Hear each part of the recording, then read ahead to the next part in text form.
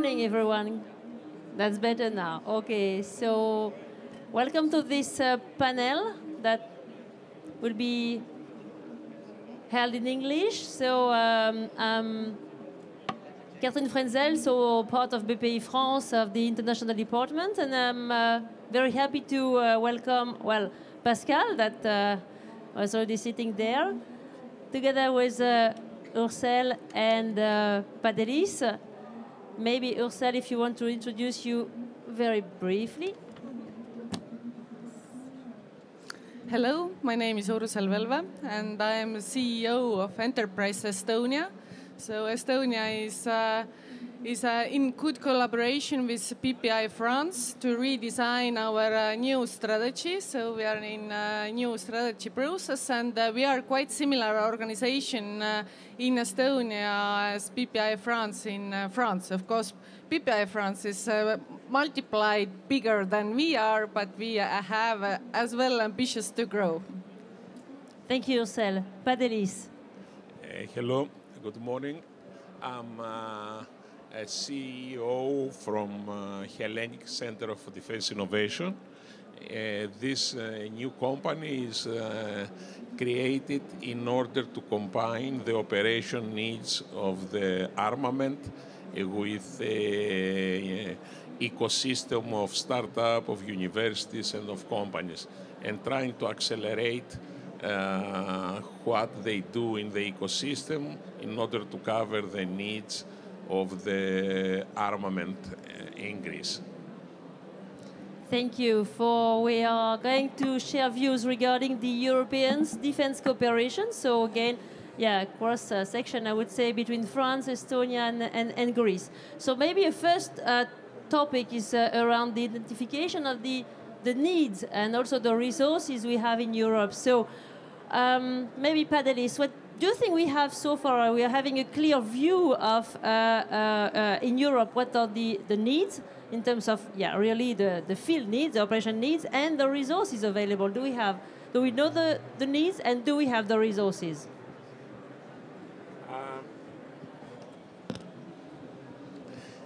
Europe does not have a full consolidated overview of operational needs across member states. Needs are often defined nationally, not collectively. Operational need must flow from the field, from commanders and units, not just from minister or high-level document. Otherwise, we risk abstract planning disconnected from real operating gaps. HCDI in Greece has developed systematic feedback channels with Army, Navy, and Air Force, ensuring operational perspective drive R&D project. The cartography of capability is key in Europe. A structured mapping of thematic strength for shared cartography of resources, it's crucial. For example, Estonia on digital cyber capabilities, France aerospace, missiles, etc., Greece naval defense. I think that the Greek experience that systematically collects feedback from armament forces and direct it forward to innovators, proven in challenges on UAV, cyber defense, and energy solution. By building a clear cartography of needs and resources, Europe can start assigning missions and opportunities to the strengths of each partner. This is how cooperation becomes operational rather than theoretical. Yeah, Ursel, maybe from Estonia. Pantelis was mentioning one of the strengths in Estonia. So what is your view? And maybe would you have some examples of what you're doing? Yes, I believe Estonia is really good in digital nation, as we already have 100% of state services digitalized. So we are agile and fast in different services point of view. But if we will take defense as a new and very important topic and challenge for all Europe, then I believe that small countries has a challenge to attract investments. So we should look at in Europe-wide that how we are doing and what kind of investments we would like to attract in Europe. And then to be able to really build up the strong industry, then we should as well organize unified tendering. Because even if in Estonia or in France some kind of industries will make investments, then it should serve all Europe. So the unified vision of European defense is very important, and as well as purchasing power. Thank you so much for this view. And as a second step, maybe, because it's fine. First of all, we need to identify the needs and the resources we may or may not have, and all the what is still to be done. But there is an issue of how to come from the scale up to really the industrialization, because at the end of the day, we have to produce, things. Pascal was mentioning some, ideas of industrialization, and I think you all know that at Bpifrance, it's one of our motto, how to be stronger regarding the industry, the production, etc. So I would like to ask you, Pascal, how could we build a, let's say, sustainable and independent value chain, finally? Because to have an industry is fine, but through all the value chain, maybe it's one of the goals we should have in Europe. Well, in fact, what I can say is we are beginning to build it with this round table. Why are we beginning to build it? Because I'm in the position of representing a country which is on the west of Europe. And you two countries are on the borders of Europe. You are on the borders. And so you know, and you've known way before us what may happen. And I've got the feeling that we should have listened 10 years ago. And when I say we, I'm speaking about France, Germany, Italy, and these countries which are on the other border and which are not in direct contact with what could be danger. And that's quite interesting to have these discussions. And when we take, so you have the feeling, you know the story, especially you're very close to the war in Ukraine, and you know what's happening. So, and it has a real impact on the way that we should manage support to SMEs, to innovation, and to that kind of stuff. The reality is changing a lot. So we have to do that. And why do we have to have a European defense, technology, and industrial base? That's now the real term.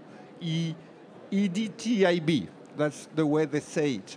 And EDTIB, it's based on, I would say, the French word, which is BITD, the industrial and technological defense base. There was not the E or the F. And what do we do to this industrial base? In fact, has to be more European. No country in Europe is able to have the whole sovereignty chain.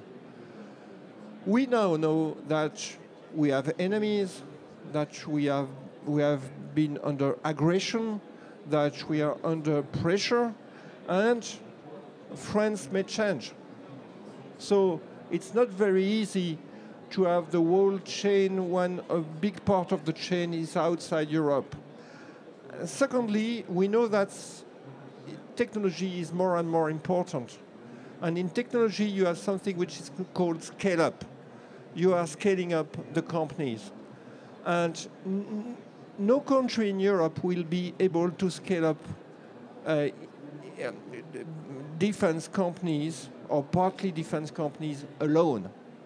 You need technologies coming from everywhere. And the consolidator may not be who you think when you are a national promotional bank. It's not part of the country. So you have to be able to do it in conjunction. And there is another thing which is quite important in this sustainable and independent value chain, is the ability to have European procurement. And that's very special with defense. That's not very common in other economic sectors, but we have to be more European-based and to create champions. That's very important. Pantelis, maybe as you were mentioning, you are, I mean, the head of the, let's say, new, I mean, Greek innovation agency. I'm sure you already thought about how to build some champion, how to interact with other EU colleagues, I would say, suppliers, other companies. So what is your view on that?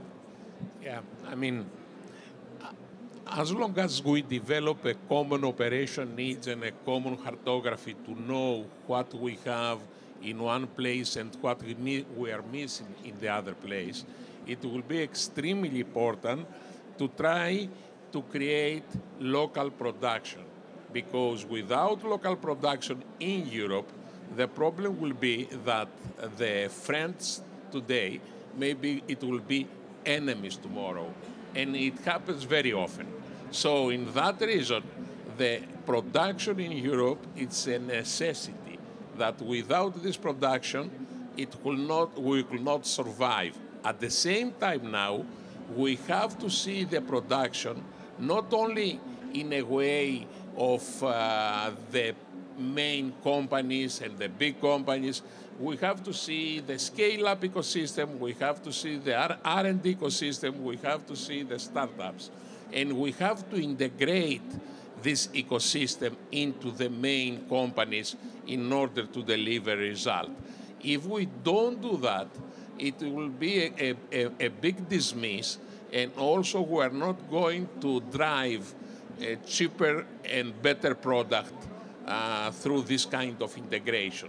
So ending, Europe has to act as one unit that knows what he needs, that knows who's produced it, and at the same time knows the necessary R&D skills and scale-up companies and startup companies to bring them together with a startup ecosystem.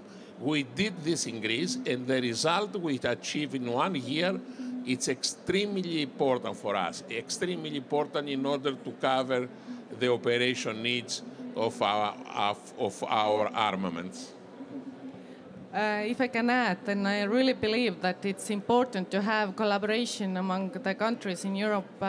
We have one startup called Frankenburg Technologies, who is developing cheaper and smaller rockets. So usually one rocket cost is really high, so the states can allow only few rockets, at least in Estonia. So, but how we can develop smaller rockets, what is needed actually in huge amounts during a war. So, and Frankenburg Technology develops new rockets, but in cooperation with, example, aircraft development company, they can develop full value chain by adding it to some kind of aircrafts. So therefore, I believe there is in France very strong competence. So we should look this value chain and how we can innovate the defense sector in a way that we can really produce cheaper products. As well, drones are a very good example in war in Ukraine, that it's built basically in garages everywhere. So that this technology is developing fast, and in Estonia we have as well several companies who is doing really good job in it. Very, very interesting examples indeed. Talking about costs, I mean, means we need money. At the end of the day, I mean, it happens like that. We need money, we need to finance all this.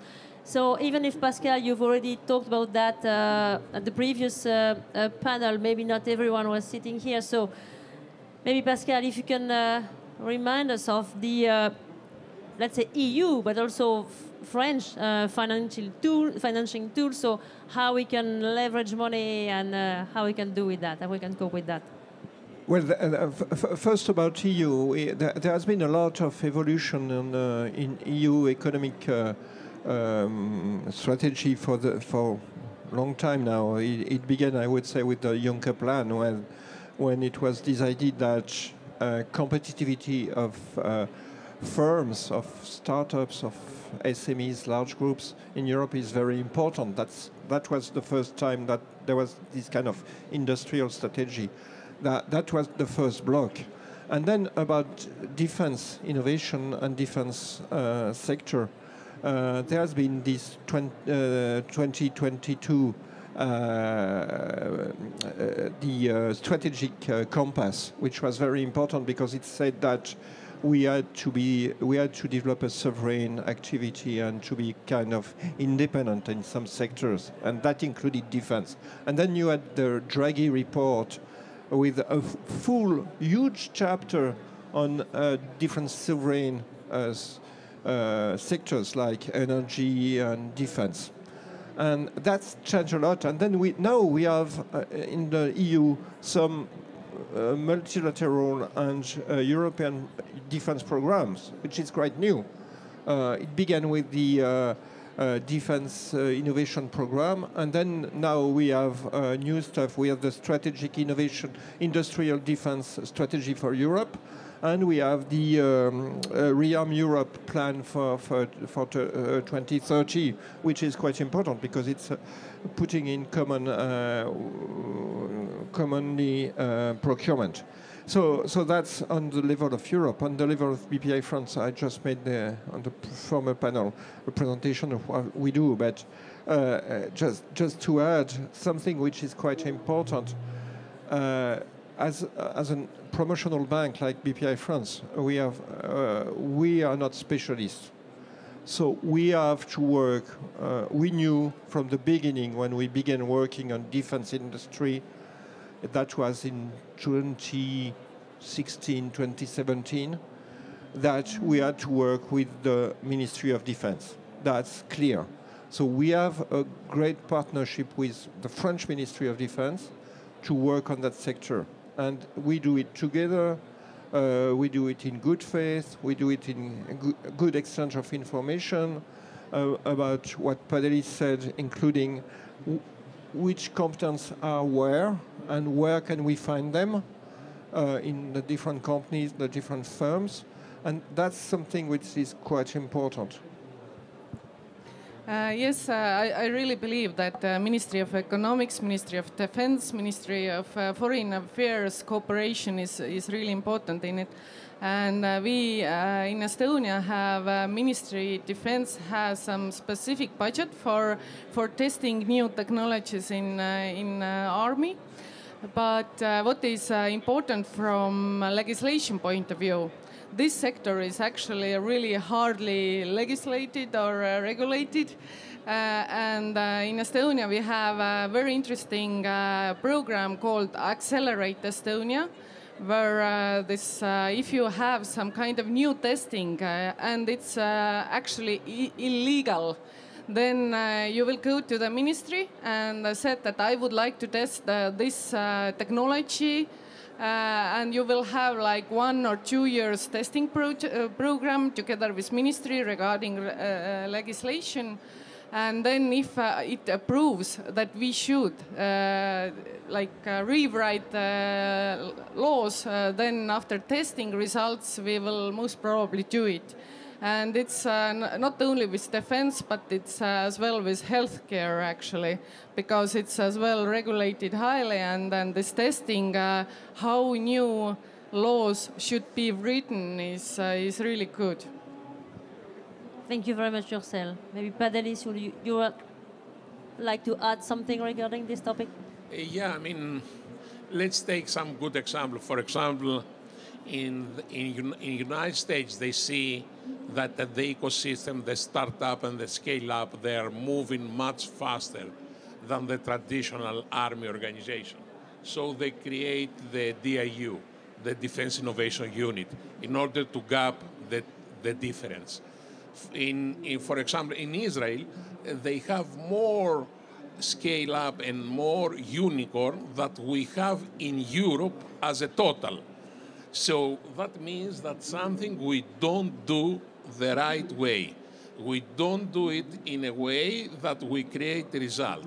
So we have to see that we have a common ecosystem, an ecosystem that starts from the university labs, goes to the startups, moving to scale ups, moving to unicorns, and moving to the big companies. If the prime does not think that it's fully integrated in an ecosystem, that the ecosystem has to be financed, we will not deliver the result that we should admire. And I don't think that there is any excuse. We are much bigger. We have the capacity, we have the know-how to move to that direction. But in order to achieve that, we have to create and to work in common direction, knowing what we need and how to do it. Maybe one important stuff too about the way to cooperate and to support. In fact, when we looked at the French base of SMEs and startups and mid-cap companies, one thing which came out of this study was the fact that most of these companies, the huge majority, 95%, they are not defense companies.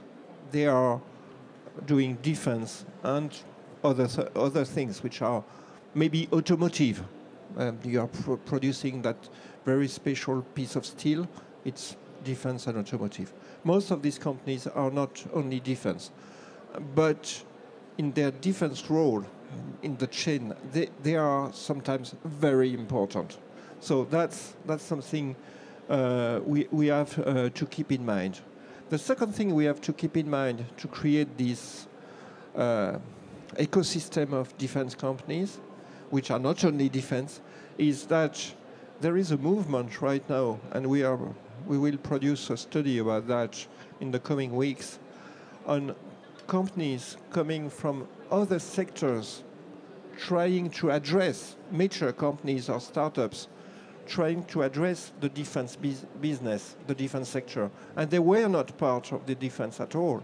And so we have also to be able to help these companies to address this sector, because they are bringing new ideas, new way of producing, new processes, new solutions, maybe micro solutions, but important solutions.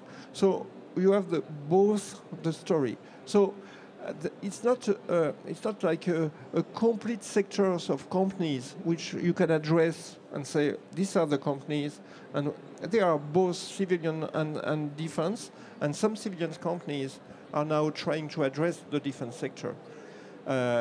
Good example is the fact that some companies which were on the drone sector, for example, in the past years, were addressing the consumer sector. And now they are trying to address the defense sector and the business sector, but mostly the defense sector. So there is a big change. So the situation is not stable. It's also something you have to look at very closely and try to find. And I think it's common to all the countries that it's changing a lot. So we have to cross together our experiences too, because we have different experiences and we can take ideas from what we've done in the different countries. Yes, I fully agree that because if we are talking about like defense, then this autonomous driving systems are one example. So you can use it in car, but you can use it as well in defense. And as well sensor system to sensor different objects. So we have as well in Estonia different solution providers who are really strong in AI solutions for this object detection. But if we talk about this, how smart startup can scale up, then of course there is this death curve. And we in Estonia will try to implement innovation loan that will help these startups if they have been already approved their business model and want to make first this factory or scale their production or businesses, then we would like to help them with innovation loan. And maybe next year we are clever. Will it work or not? Well, thank you so much, I mean, for this view sharing. And I would like, I mean, maybe to quote Nicola this morning, who were talking about the truth, telling that, okay, the truth is something we have to build up and it's changing. So I think we are, at the European level, we are building the truth on the defense. What will be the defense in 10 years, 20 years?